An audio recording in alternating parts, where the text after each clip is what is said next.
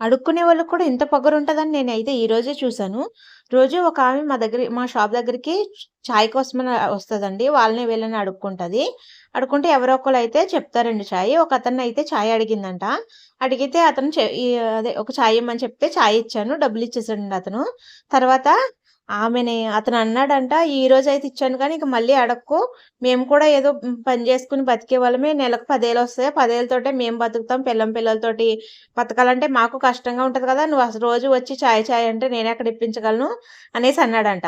ఆమెకి అప్పుడు మరి కోపమొచ్చిందేమో చాయ్ అతని పక్కనే పడేసి, "నీ చాయ్ వద్దు, నువ్వు వద్దు.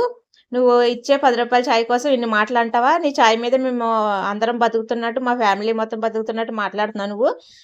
నువ్విచ్చే రూ. 10 నీకు ఎక్కువైపోతున్నాయా?" అనేసి అన్నట్టుగా అతని మీద రివర్స్‌లో దెబ్బలాడిందంట. ఇంకా అతనైతే షాక్ అయిపోయాడండి ఆ మాటలకి. నేను కూడా చూస్తున్నాను గిరాకుంది. చూస్తున్నాను గానీ నేను కూడా ఏమనలేక అలా ఉండిపోయానండి. కానీ ఆమెకి అంత పొగరుందనేసి నేనైతే ఈ రోజే చూసాను. ఆమె రోజు వస్తది. అందరిని చాయ్ అడుగుతది.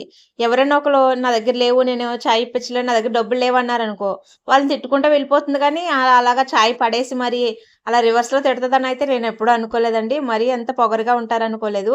తినేదాన్ని ఎవరు పడేయరు కదా! అతనైతే ఎంతో కష్టపడి సంపాదిస్తున్నాడు కాబట్టి అతనికి తెలుసు కష్టం విలువ, రూపాయి విలువ. అందుకని ఆయన అలాగా అన్నాడేమో. ఆమె అయితే అలా పడేసినందుకు నాకు చాలా